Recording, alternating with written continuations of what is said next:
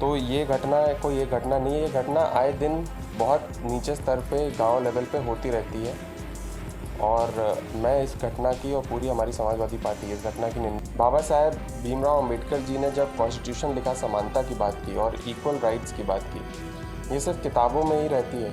लेकिन आए दिन जब हम ये घटना देखते हैं तो हमको सच्चाई पता चलती है कि आज़ादी के इतने सालों के बाद भी कास्ट घटना के लिए और कई ऐसी घटनाएं हैं जो मीडिया में हाईलाइट नहीं होती। लेकिन योगी आदित्यनाथ कह रहे हैं अखिलेश यादव उत्तर प्रदेश में जातीय हिंसा फैलाना चाहते हैं इस पूरे घटना के माध्यम। देखिए, जातीय हिंसा, धार्मिक हिंसा और कई तरीके की जितने भी हिंसा है वो पूरा प्रदेश, पूरा देश जानता है कि किसके भाषणों से हिंसावादक शब्द पैदा होते हैं, कौन बड़े बड़े रैलीज़ में हिंसा पैदा करने के लिए अपने स्पीचेस देता है, चाहे प्रधानमंत्री जी की स्पीच उठा लीजिए या फिर मुख्यमंत्री जी की। इस वक्त मेरे साथ बातचीत करने के लिए उत्तर प्रदेश के कौशाम्बी लोकसभा क्षेत्र से सांसद पुष्पेंद्र सरोज जी हैं। सर, जिस तरीके से कथावाचक का पूरा मामला हुआ इटावा में, कुछ विशेष समाज के लोगों ने एक यादव कथावाचक के साथ बदसलूकी की, पूरे मामले में 4 लोगों को गिरफ्तार किया गया, जेल भेजा गया।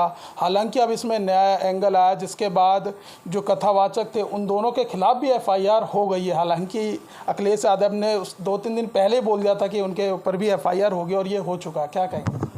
देखिए, इटावा की जो घटना है वो सिर्फ एक आपराधिक घटना नहीं है, वो हमारे समाज की गहराई में गए हुए कास्टिसिज्म को लेकर के जो अभी भी एक भावना है कि कुछ विशेष जाति के लोग अभी भी अपने आप को ऊपर मानते हैं पिछड़े दलित अल्पसंख्यक लोगों के ऊपर। तो ये घटना कोई एक घटना नहीं है, ये घटना आए दिन बहुत नीचे स्तर पे गांव लेवल पे होती रहती है। और मैं इस घटना की और पूरी हमारी समाजवादी पार्टी इस घटना की निंदा करती है।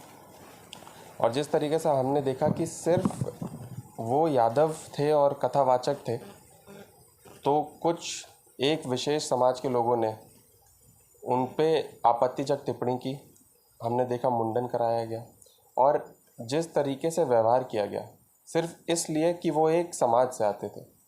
किसी ने ये नहीं देखा कि उनका ज्ञान, कथा का ज्ञान क्या था, वाचक का ज्ञान क्या था, कि उनको शायद अगर हम देखें एक तरीके से तो पूरे गांव में सबसे ज़्यादा ज्ञान उनको ही होगा, इसलिए वो कथा कराने आए थे। लेकिन आज की राजनीति, आज के समाज में जो गहराई हम से देखें इस समाज में, तो ये है कि लोग पढ़े लिखे और एजुकेटेड लोगों को नहीं, अभी भी वो कास्टिसिज्म में चल रहे हैं।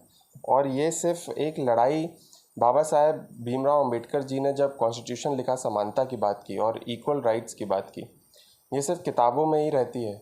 लेकिन आए दिन जब हम ये घटना देखते हैं तो हमको सच्चाई पता चलती है कि आज़ादी के इतने सालों के बाद भी कास्टिसिज्म है। और ये सिर्फ एक लड़ाई नहीं है 2 गुटों के खिलाफ, ये लड़ाई नहीं है एक अपर कास्ट बनाम लोअर कास्ट के खिलाफ, ये उस सोच के खिलाफ एक लड़ाई है। सर, जिन्होंने बदसलूकी की थी उनको जेल भेज दिया गया, लेकिन जो कथावाचक थे मुकुटमणि यादव और संत कुमार यादव, उन पर भी एफआईआर हुई है और पुलिस ने ये कहा है कि उन्होंने नाम छिपाने की कोशिश की, फर्जी आधार कार्ड दिखाया, कहीं ना कहीं धार्मिक भावनाओं को आहत करने की कोशिश की, इसलिए उन पर एफआईआर हुई है। देखिए, घटना जब हुई और आए दिन जो यूपी में घटना आप देख रहे हैं, जो भी हो रही है, चाहे ये निंदनीय घटना हो या फिर रेप की कई घटना होती हैं या फिर जिंदा जला दे के मारने की भी घटना होती है, तो हम देखते तो हैं कि शुरुआत में जिन्होंने घटना की होती है उनके ऊपर एफआईआर तो होती है, लेकिन बाद में दोनों तरफ से एफआईआर हो जाती है। इसलिए हमारे राष्ट्रीय अध्यक्ष अखिलेश यादव जी ने भी ये कहा था कि जल्दी इनके खिलाफ भी एफआईआर हो जाएगी, और हो गई। ये मुझे नहीं समझ में आता कि ये कहाँ का न्याय है और ये सरकार क्या करना चाहती है, क्योंकि एफआईआर सरकार के आदेश के बिना नहीं हो सकती। और ये कहीं ना कहीं एक दबाव पैदा करने की भी स्थिति होती है कि वो अपनी याचिका वापस ले लें, वो अपने जो उनके खिलाफ चीज़ें हुई हैं और वो उससे डर जाएं और उसको वापस ले लें ताकि ये बात आगे ना बढ़े। लेकिन हम पूरी समाजवादी पार्टी उनके साथ खड़ी है, हम सब उनके साथ खड़े हैं और इस घटना के लिए और कई ऐसी घटनाएं हैं जो मीडिया में हाईलाइट नहीं होती। लेकिन योगी आदित्यनाथ कह रहे हैं अखिलेश यादव उत्तर प्रदेश में जातीय हिंसा फैलाना चाहते हैं इस पूरे घटना के माध्यम। देखिए, जातीय हिंसा, धार्मिक हिंसा और कई तरीके की जितने भी हिंसा है वो पूरा प्रदेश, पूरा देश जानता है कि किसके भाषणों से हिंसावादक शब्द पैदा होते हैं, कौन बड़े बड़े रैलीज़ में हिंसा पैदा करने के लिए अपने स्पीचेस देता है, चाहे प्रधानमंत्री जी की स्पीच उठा लीजिए या फिर मुख्यमंत्री जी की स्पीचेस उठा लीजिए, पूरा इतिहास सब लोग जानते हैं। और समानता की बात कोई करता है, एकजुटता की बात करता है, वो भी कौन बात करता है? पूरा समाज जानता है, पूरा देश जानता है। और अगर हिंसा की बात कर रहे हैं या फिर समाज में गहराई पैदा करने की बात कर रहे हैं, तो आप देख लीजिए कि किस तरीके से कांवड़ यात्रा के लिए फिर से माननीय योगी जी ने एक आदेश दे दिया कि अपना नाम पेश करें और दुकानें बंद करें। तो ये कौन सा गहराई पैदा करना चाह रहे हैं, कौन सा एक खाई पैदा करना चाह रहे हैं समाज में? इससे जुड़ा हुआ सवाल लूँगा कि लास्ट ईयर भी इस तरीके का आदेश जारी किया गया था, मामला कोर्ट गया, फिर अंतरिम कोर्ट ने रोक लगा दी थी। अब फिर से कहा गया है कि उस यात्रा के दौरान उस मार्ग पर कहीं भी मांस नहीं बेचा जाएगा, नेम प्लेट लगानी होगी। आखिरकार वजह क्या लगती है, किस वजह से सरकार को आदेश देना पड़ता है? देखिए, मुझे तो ये समझ में नहीं आता कि नेम प्लेट लगाने से क्या हासिल हो जाएगा। वो कह रहे हैं नाम छुपाते हैं लोग इस वजह से।